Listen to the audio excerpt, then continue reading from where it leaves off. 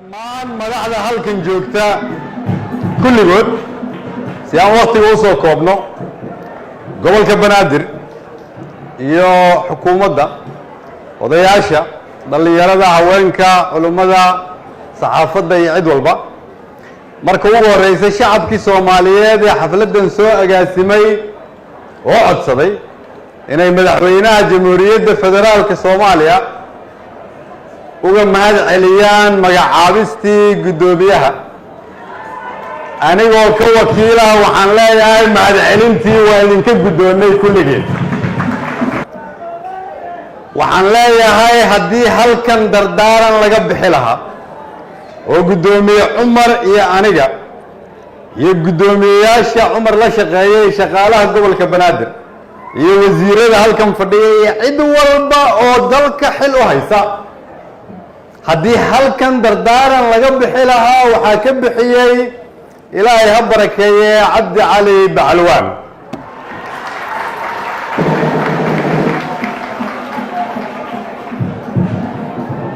maalintii uu codkaas duubay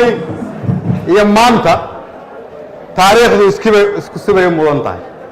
wuxuu noo sheegay inaanan dalkan annagu milkiilayaalka ahayn oo aan mas'uuliyiin ka nahay wuxuu noo sheegay inaan shacabka u adeegno wuxuu noo sheegay inaan xoolahooda lagu tagrifalin wuxuu noo sheegay in marka ugu dambaysa qof walba lala xisaabtami doono waa mahadsan tahay waxaan aaminsanahay gudoomiye in taladii uu noo soo jeediyey kulligan aniga iyo adiga iyo madaxweynaha iyo inta aan hogaaminaba inaan qaadan doono haddii ilaaha yidhaahdo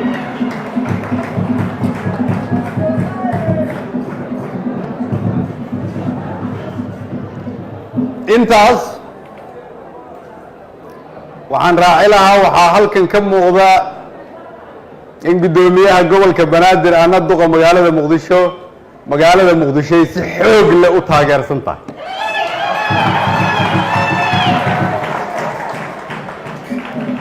waxaa halkan ka muuqda in magacaabistiisuna ay sax ahayd laakiin waxaan rabaa inaan iraahdo haddii aad rabtaan inaad xafladaysaan markii la xafladeeyana keligiis shaqada looga tago intaas kuma filne intaas wax ma ku daraysaan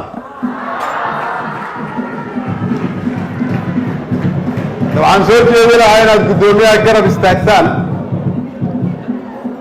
si loo hubiyo dowladnimadii laga soo bilaabay 1960kii iyo ka horba soo bilaabatay in lagu sii wado magaalada astaanta u ah qarannimada Soomaaliyeed waxaan idin leeyahay garab istaaga si magaaladan magaaladii dhaqaalaha iyo ganacsiga dalka Soomaaliyeed aan kulligood u wada ilaashano waxaan idin leeyahay garab istaaga si idin kala shaqeeyo amniga magaalada waxaan idin leeyahay garab istaaga sababtoo ah waxaan ku aaminay inuu ilaaliyo dowladnimada iftiinka magaaladan ka ah su-aashu waxay tahay marka ma la shaqaynaysaan mase waa la xafladaynaysaan ma la shaqaynaysaan ma garab istaagaysaan mise waa la xafladaynaysaan waxaa lagu aaminay gudoomiye Cumar inuu ilaaliyo qarannimada ka dhisan magaaladan inuu isu keeno dadka inuu xuquuqdooda ilaaliyo waxaa lagu aaminay inuu ahaado mas'uul laakiin xukunka looguma dhiibin inuu milkiile ahaado waxaan idin dhihi lahaa marka garab istaaga say u xoogaysato dowladnimada qarka u saaran in dalkiina deynta laga cafiyo waxaan idin leeyahay garab istaaga say u xoogaysato dowladnimada qarka u saaran inay cadowgii oo dhan dalka ka xoreyso waxaan idin leeyahay garab istaaga say u xoogaysato iftiinka inay muuqato in sharaftii iyo karaamadii ummadda Soomaaliyeed la soo celiyay waxaan idin leeyahay garab istaaga si aan u sii badinno tusaalihii madaxweynuhu u natisiyey ku dhowaad 30 sano in dowladda Soomaaliyeed ee magaalada Washington ka iibsatay safaarad iyadoo ay leedahay ay ku shaqayso.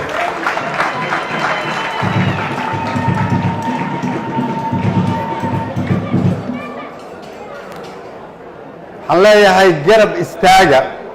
sababtoo ah dadka magaaladan degan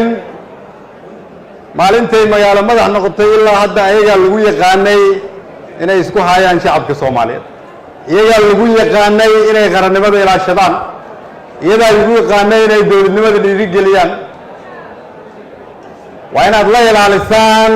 dhaqaalaha dalka oo magaaladan yaalla, waa inaad la ilaalisaan sharafta dalka oo magaaladan taalla, waa inaad la ilaalisaan mustaqbalka ummadda Soomaaliyeed oo halkan oo ay aasaas u tahay,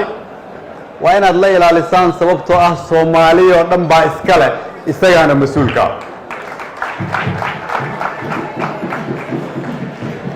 sidaas daraaddeed waxaan leeyahay haddii idinka oo isla socda kulligiin inta halkan joogta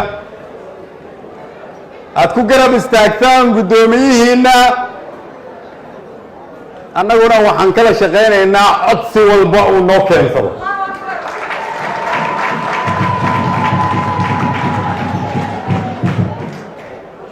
la shaqaynta guddoomiyaha macnaheedu waxa ay tahay in lagula shaqeeyo wanaagga, in lagula shaqeeyo sidoo kale cid walba oo isku dayaysa inay wiiqdo dowladnimada inuu hor istaago.